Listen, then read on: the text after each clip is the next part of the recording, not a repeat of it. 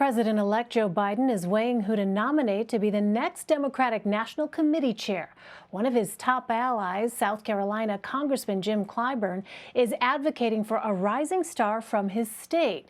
You'll recall Jaime Harrison challenged Republican Senator Lindsey Graham this election. Harrison raised over $131 million, becoming the best-funded Senate candidate in U.S. history.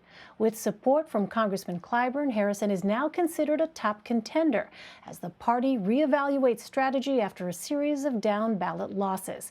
And Congressman Clyburn joins me now. He represents South Carolina's 6th District. He's the third-ranking Democrat in the U.S. House and also a co-chair of the President-elect's inaugural committee. Congressman, welcome. Thanks so much for being with us. It's been 20 years since a DNC chairman came in with prior experience leading a state party. But even after raising all of that money, Jaime Harrison lost his Senate bid by 10 points. Why do you feel he's the right person to lead the DNC? Well, thank you very much for having me. But first of all, we have to look at where Jaime was running. Jaime was running in South Carolina. South Carolina has not been able to elect a Democrat to statewide office in a long, long time. And most times, we have not been able to put together a respectable campaign. But Jaime had done that. Jaime is a current associate chair at the DNC.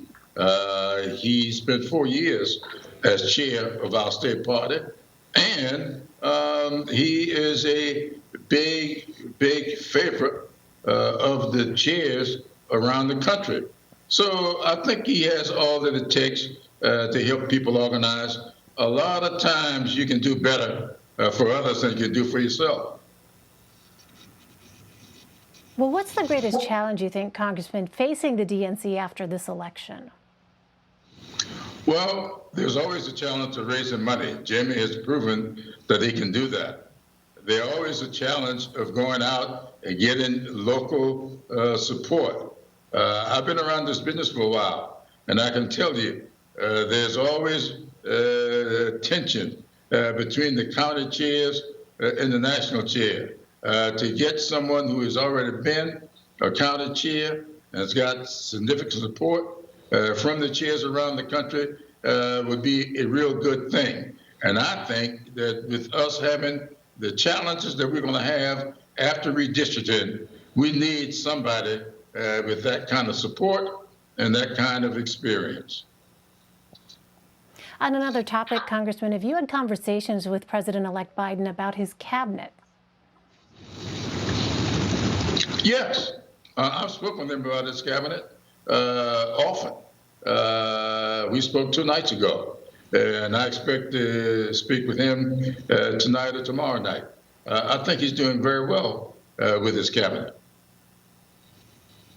Well, early on, you did express publicly some disappointment with the lack of diversity among his choices for top-level cabinet positions. How are you feeling now? Well, if you listen to what I was saying, it had to do much more with the rollout than it had to do with the content. Remember, we look at these cabinet positions, there's what we call the Big Four. That happens to be the Treasurer, Secretary of State, Secretary of Defense, and the Attorney General. And in the very first rollout, there were 2 of the Big Four gone. And there were rumors floating around as to who was going to be in the other 2 Big Four positions. I spoke up because I wanted the rollout to include diversity right from the beginning. And so we had one with a sub-level cabinet position, though we said we were going to make the cabinet level. It was not cabinet. Occupied by an African-American person. So I spoke up. At that time, and I felt very strongly that we have to be very careful, not just what we do, but how we do it.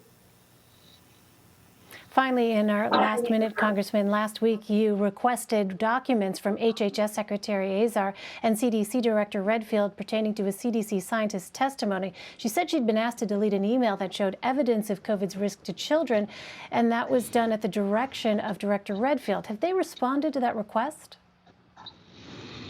Well, I didn't hear all of your question, but I think I got it. Well, yes, we have signed subpoenas to get the information that we requested.